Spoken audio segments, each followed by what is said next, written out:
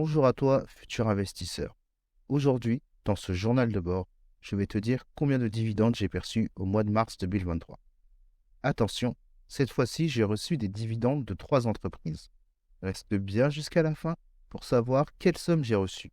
Je veux aussi prendre le temps de t'expliquer ce qu'est une plus-value latente et une moins-value latente. Abonne-toi à la chaîne pour être averti des nouvelles vidéos. Il est temps de passer en revue mon portefeuille au 1er avril 2023.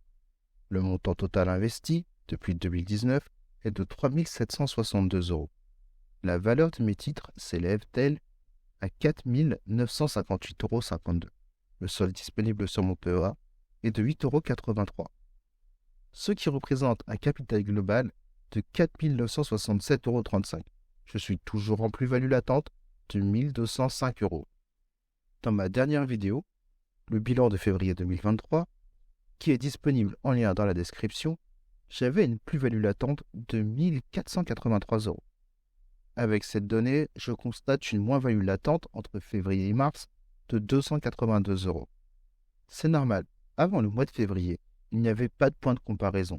C'est pourquoi j'attire votre attention afin de vous expliquer ce qu'est une plus-value latente et une moins-value latente. Une plus-value latente se produit lorsqu'un actif tel qu'une action ou une propriété a augmenté de valeur depuis son achat initial. Or, cet actif n'a pas encore été vendu. Le profit n'est donc que sur le papier et n'a pas été réalisé. Tant que l'actif n'est pas vendu, la plus-value reste latente. Inversement, une moins-value latente se produit lorsqu'un actif a perdu de la valeur depuis son achat initial, mais qu'il n'a pas encore été vendu. La perte n'est donc que sur le papier et n'a pas été réalisée. Tant que l'actif n'est pas vendu, la moins-value reste latente. Il est important de noter que la valeur de l'actif peut continuer à fluctuer, ce qui signifie que la plus-value ou la moins-value latente peut augmenter, diminuer, avant que l'actif ne soit finalement vendu. Une fois que l'on a dit cela, il est clair que tant que tu ne vends pas, cette notion reste un indicateur. Arrivé à ce stade de la vidéo, je t'invite à t'abonner, à liker et même à commenter. Tous les retours sont les bienvenus. En mars, j'ai fait mon versement minimum de 10 euros avant de renforcer ma liste Stellantis de 3 actions au prix de 15,50 euros. J'ai profité d'une baisse et je pense avoir fait bonne affaire. J'aurais aimé en prendre plus, mais pour le moment, je suis limité par les fonds. Pour information, Stellantis est un groupe automobile multinational franco-italo-américain, fondé le 16 janvier 2021, issu de la fusion PSA Peugeot Citroën et Fiat Chrysler Automobile.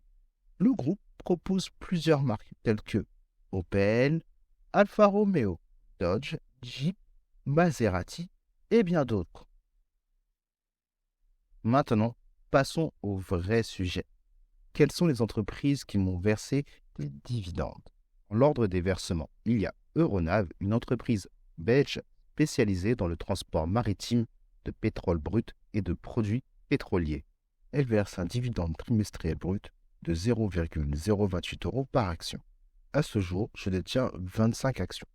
Si on fait le calcul, le dividende doit être de 70 centimes. Mais comme c'est une entreprise étrangère, il y a une taxe qui est prélevée par le pays d'origine. Je perçois donc un dividende net. Et l'État belge, lui, taxe à 30%, ce qui revient à un dividende net de 49 centimes. Ensuite, Katana Group, une entreprise française spécialisée dans la conception et la fabrication de catamarans de plaisance haut de gamme, elle verse un dividende annuel de 15 centimes par action. Je possède 15 actions, ce qui m'a fait un dividende de 2,25 euros. Et pour finir, Piscine des Joyaux. C'est aussi une entreprise française. Elle est spécialisée dans la conception, la fabrication et l'installation de piscines. Elle verse un dividende annuel de 1 euro par action. Je possède 5 actions, ce qui m'a fait un dividende de 5 euros. Cela donne un revenu total de 7,74 euros en mars 2023. Si je compare les dividendes perçus entre février et mars, ils ont augmenté, ce qui est une bonne chose. Toutefois, il faut prendre en compte que les versements des dividendes peuvent être annuels, biannuels, trimestriels ou mensuels.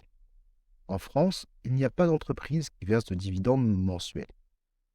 Après cette explication rapide, il est évident que la meilleure façon de comparer les résultats vont être d'une année sur l'autre. Je vais quand même continuer à observer une évolution tous les mois, et ce qui va vraiment nous intéresser, ce sont les résultats à partir de février 2024. Merci d'avoir regardé la vidéo jusqu'ici. Pensez à commenter et à partager la vidéo. Et si vous avez des questions, laissez-les dans les commentaires. Pensez bien à liker et à vous abonner. Et à très bientôt dans une prochaine vidéo.